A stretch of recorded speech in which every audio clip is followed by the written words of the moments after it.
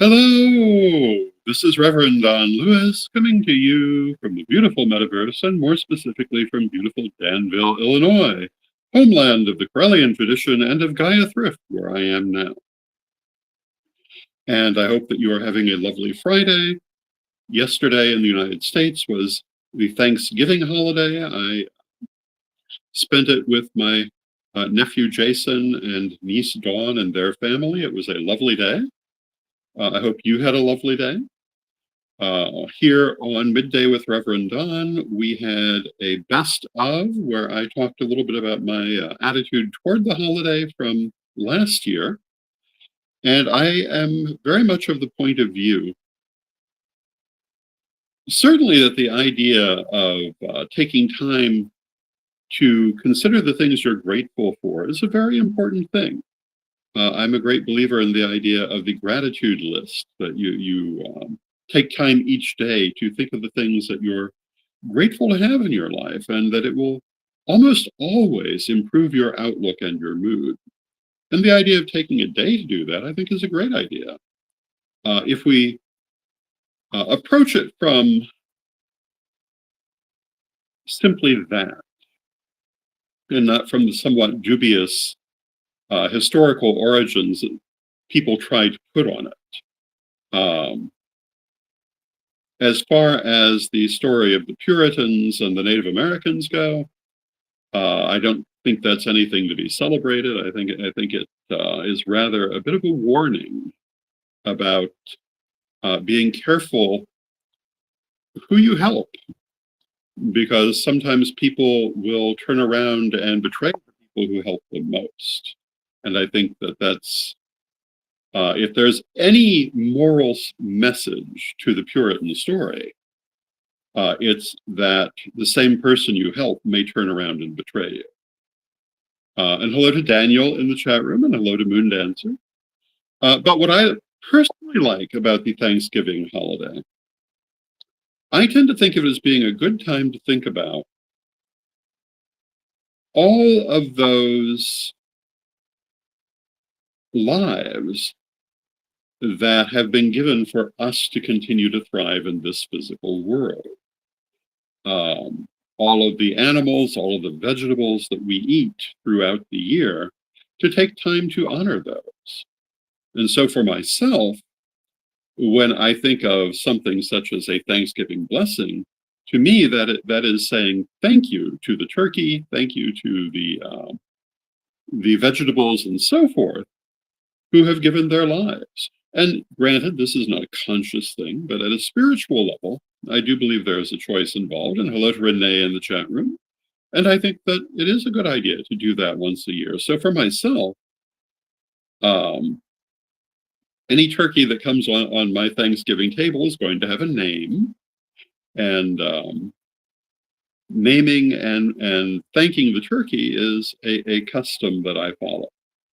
And I've followed this ever since that Thanksgiving in the 1970s, when Doonesbury ran a column in the funny paper where the character of Zonker was talking about, was asked to give the blessing and talk about how happy the turkey had been just a few days before, and the farm and the grass and so forth. And now here he was on the table.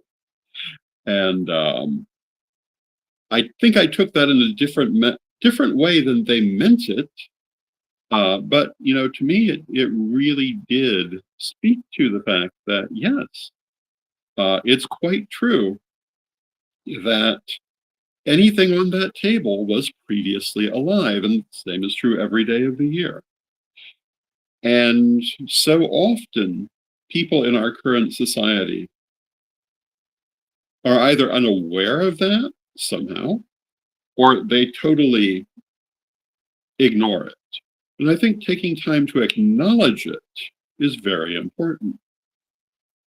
I think one of the mistakes that we as pagans make is that we claim we venerate nature, but very often it's a very Disneyfied form of nature that we venerate. The reality of nature is that life lives on death. And these two things are in a symbiotic relationship, and you must respect both. That everything we eat that allows us to live was formerly alive. Um, and we must understand that to have any understanding of the nature of life. If we ignore it, if we think that these things just pop into being somehow, it's no wonder that we then find ourselves unable to understand our own existence. Um, Lady Bitterwin, the former first elder of the Corellian tradition, who was a huge influence on me, always pointed out that you have to understand the cycle of predation and prey to understand nature. You can't pretend it's not there. And I completely agree with this. And part of that is that there is nothing you're going to eat, and you must eat, that was not previously alive, that has not died for your sake. And these things did not drop on your table um, through the house elves under the castle, but rather their lives were lost so that you could continue to go forward. And you should be grateful for that. You should be aware of that. And hello to Ed in the chat room. It's good to see you, Ed. And I think far too often we ignore this, even within the pagan community, and we really should not. And in earlier times, of course, we were much closer to this. In earlier times, most people knew exactly where their food came from, and it was not uncommon that they'd witnessed the process. But in the last 100 years or so, we've gotten a great deal of distance from that. And I don't know that that's actually to our benefit. I think that we do ourselves a great disservice and a great deception when we think that life goes forward without death involved. And that we must be mindful of and grateful for the sacrifices that are made for life to endure, not only our own, but all life. Now, that does bring me to my weekly roundup story for this week. I've only got one, but it directly touches on this issue. Because while everything we consume was formerly alive, that isn't true for everything that exists. Or at least not entirely true, because there are plants who derive a great deal of their sustenance from sunlight, through chlorophyll and so forth. And that, of course, is a different proposition. I suppose, I mean, in a manner of speaking, sunlight lives, I suppose, but it's not the same thing. And they could say that that death is not involved in their obtaining nutrients from sunlight. But mammals can't do that. Humans can't do that. We do not have little chlorophyll cells to absorb sunlight and make energy, except apparently we're working on it. And it was pointed out to me that there are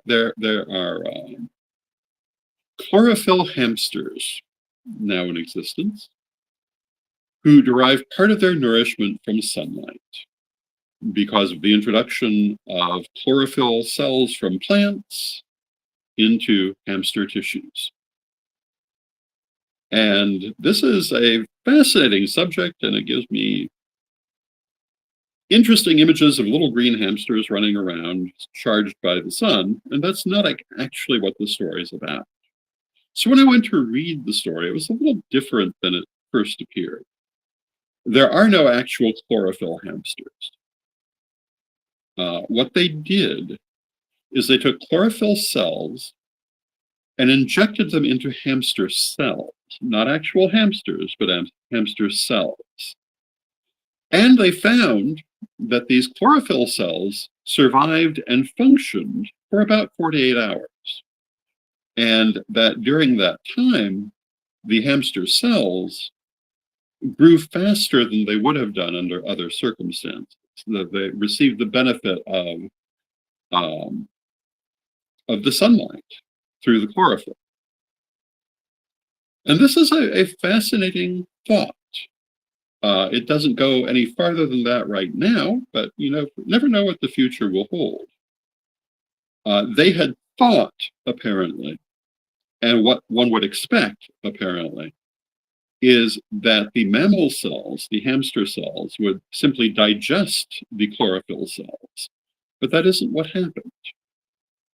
And that does raise the possibility that in the future, there could be the possibility of mammals that exist in part through feeding on sunlight. I'm not quite sure what to say for that. It's certainly nowhere near happening right now. And it's not even what they're anticipating. They are looking more at using it, from what I understood, in the creation of not life forms but tissues. And we'll see where that leads. But and hello to Nikki in the chat room. Hello everyone in the chat room. But it's interesting to see what can be done. And I think that, one of the things that I find all over the place right now and throughout history are people being frightened of technology and thinking they can somehow stop it. And there are a lot of people right now who are terribly frightened about AI technology. Before that, it was something else, and before that, it was something else. You can go back through the centuries and see where people have been progressively frightened of every new technology. Probably all the way back to fire. But the thing about it is you can't stop it once you get there. Once the mind can conceive it, it will be done. The question then is, how do you react to it? How do you use it? And what to do with it. And Moondancer says, you can't stop it. The cat's out of the bag. This is exactly so. You can sometimes slow it down, depending on circumstances. If you're the only one who knows how to do it, you can slow it down, at least until other people figure it out. And sometimes that won't happen. One of the things that has happened several times in history is the development of aluminum.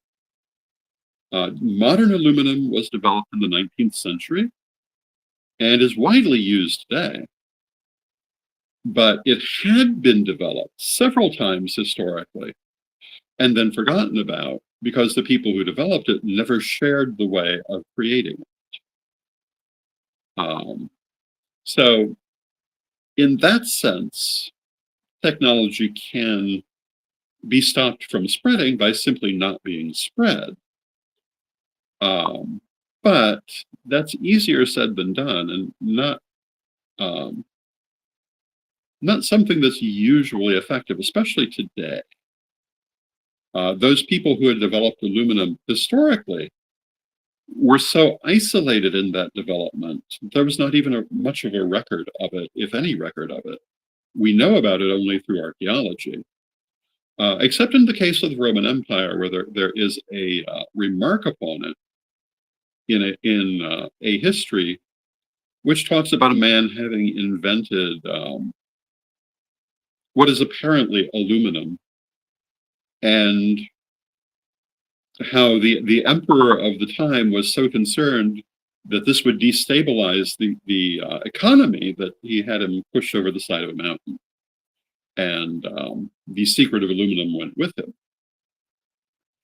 But The Moondancer says the Romans wrote everything down. Yeah, they pretty much did. Most people actually do, if they are literate.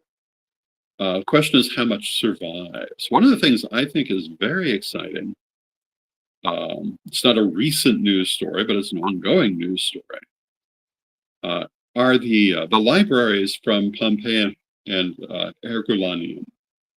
And there's a famous library from Pompeii which was damaged by heat and is completely indecipherable for that reason. The scrolls cannot be unrolled, they cannot be handled, they can't be done anything with until recent years when it became possible to x-ray them and to study them using modern technology that doesn't require them to actually be unrolled.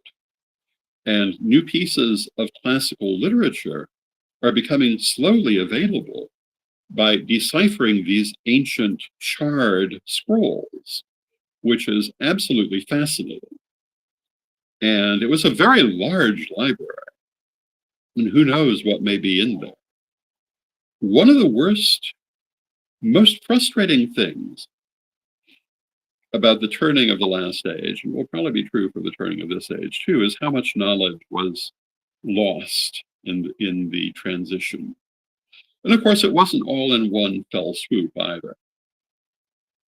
But for example, in Constantinopolis, a lot of this was probably preserved longer until that city ended up being sacked during the Crusades.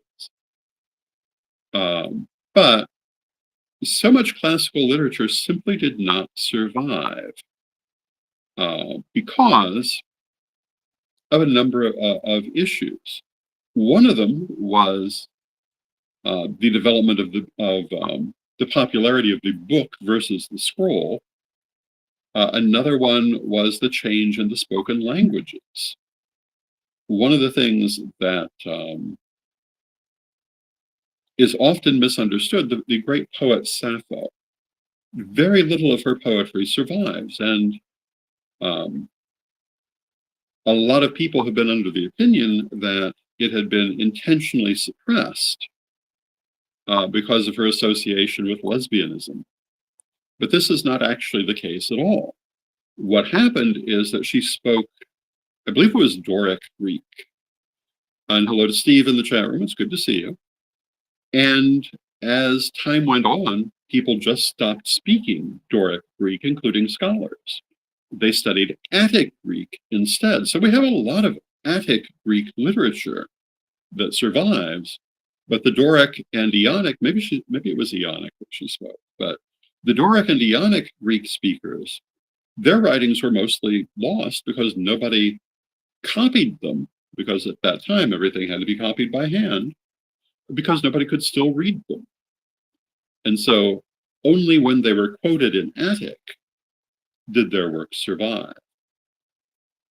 And I suspect we'll find a lot of things like that in the next few hundred years. I am sure a lot of printed material is not going to be translated into electronics. And I'm not at all certain it's all going to survive either. It will depend what people choose to maintain. It is true that there are some very ancient libraries, largely unexplored in the Western consciousness, that preserve some very ancient materials. There is one in Tibet, for example. There are some in Africa. I'm sure there are some in the Middle East that most people who would be likely to be watching this program would never have access to because they don't speak those languages. And it will be interesting to see how much of that gets preserved. But it's also going to be interesting to see how much, for example, of the literature of the last 500 years that's in written form is still around in 500 more years. I don't know. It is it's interesting to look at and to consider. And one of the things that may not occur to you in considering this is that modern books, which are printed on paper, don't have the kind of lasting properties that the older books, which were on vellum, have. They do not degrade at the same rate. Although some of those paper books are quite old and surviving, but others not. Depends on the quality of the paper. Um, and they say everything is online, but I assure you it is not. And it will be interesting to see how much does get preserved. One of the things that we are dedicated to doing here um, on our various platforms is preserving knowledge. All these videos that we've done for so many years, we're quite determined to see them continue to survive. All the audio programs we did for so many years, we're continuing to preserve them. We're currently in the process of putting them into new formats to preserve, because many of those things are historic moments that may not be preserved in any other way. One of the things through Blog Talk Radio that we did through Pagans Tonight, there were a number of memorial shows over the years, which involve personal stories that may not be recorded elsewhere. They need to be preserved for the future. There are interviews with personalities who may not have been interviewed in other places or may not have addressed certain subjects in other places. Those things need to be preserved. And preserving our history is very important, and we have to do it intentionally. The same is true for all history. If people don't make an effort to preserve it, it may not be preserved.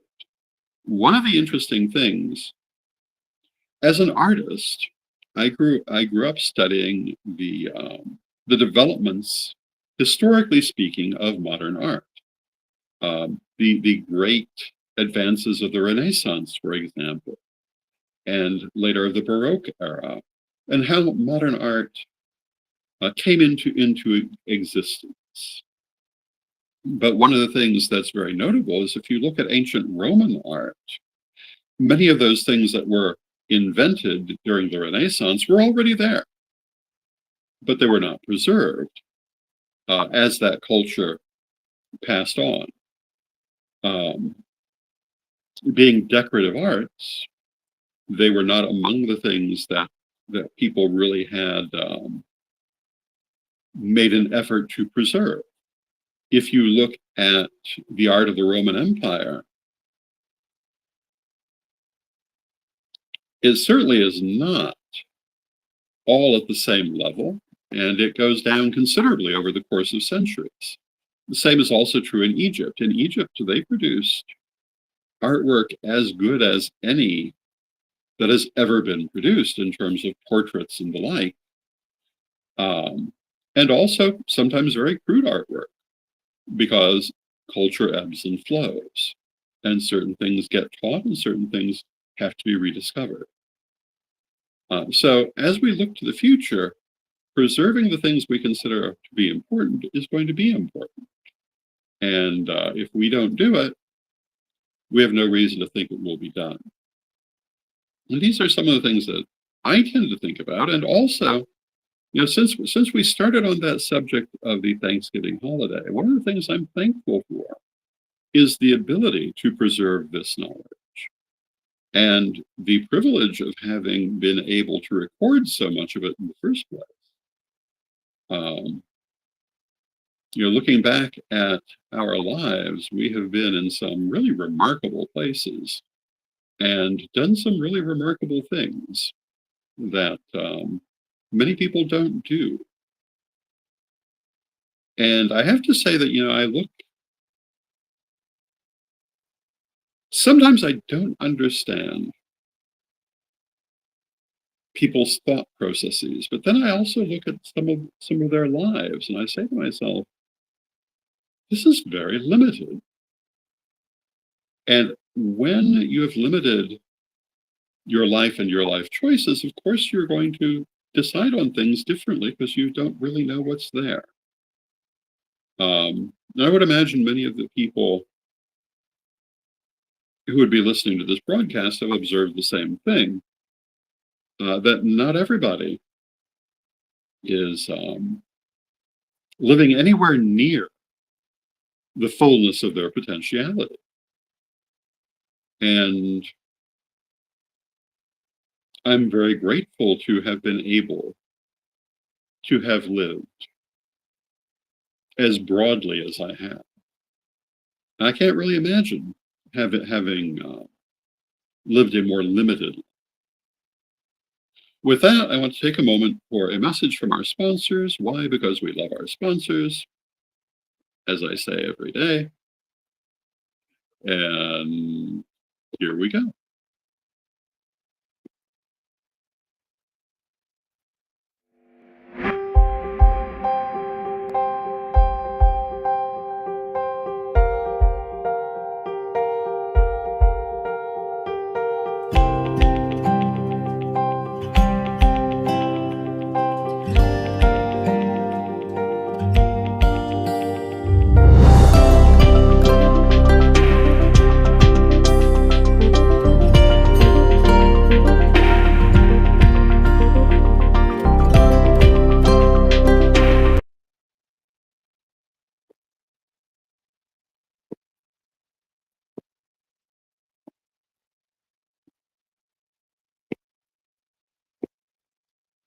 Ready to unlock the secrets of the universe?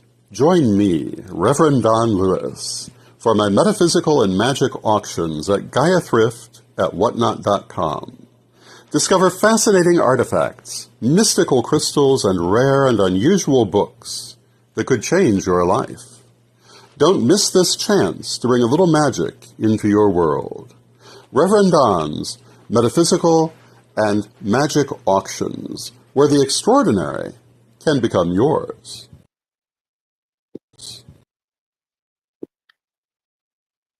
And we're back. Thank you to our sponsors.